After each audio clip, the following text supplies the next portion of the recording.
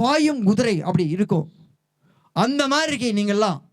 பாய தயாராக இருக்கீங்க குதிரை மாதிரி.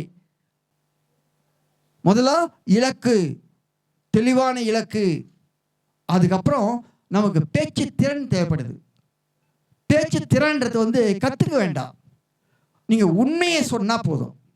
உள்ளத்துல இருந்து உண்மையாக பேசினா போதும். அப்புறம் அந்த கனவு இருந்ததுன்னா, நம்ம மனசுக்குள்ள அந்த கனவு இருந்ததுன்னா, அந்த கனவை உண்மையாக நீங்கள் சொன்னீங்கன்னா உங்களுடைய பேச்சு சிறப்பாக இருக்கும். இப்போ பண்ணுறவங்களாம் அப்படிதான். அதில் ஒன்றும் பெரிய முயற்சியாக தேவையில்லை. இலக்கு இருக்கணும், அது கனவு இருக்கணும், அதை உண்மையாக சொல்லணும், அதை செயல்படுத்தணும் நாமளே. அப்படி செயல்படுத்தும் போது என்ன ஆகுன்னா அந்த அத்தாரிட்டி கிடைக்கும் நமக்கு. ஆகையினால நாமெல்லாம் இன்னைக்கு இதில் ஒரு பிரச்சனை வரும் நமக்கு. இப்போ நீங்கள் ஃபுல் ஸ்விங்கில் இருக்கீங்க. ஒரு குதிரை படம் பார்த்துருக்கீங்களோ, அப்படியே முன்கால ரெண்டும் தூக்கிக்கிட்டு அப்படி பாயிற மாதிரி இருக்கும். பாயும் குதிரை. அது நான் இங்கே போடணும்னு சொல்லணும்னு நினச்சிட்டு இருந்தேன் மனசுக்குள்ள. பாயும் குதிரை அப்படி இருக்கும். அந்த மாதிரி இருக்கீங்க நீங்கள்லாம்.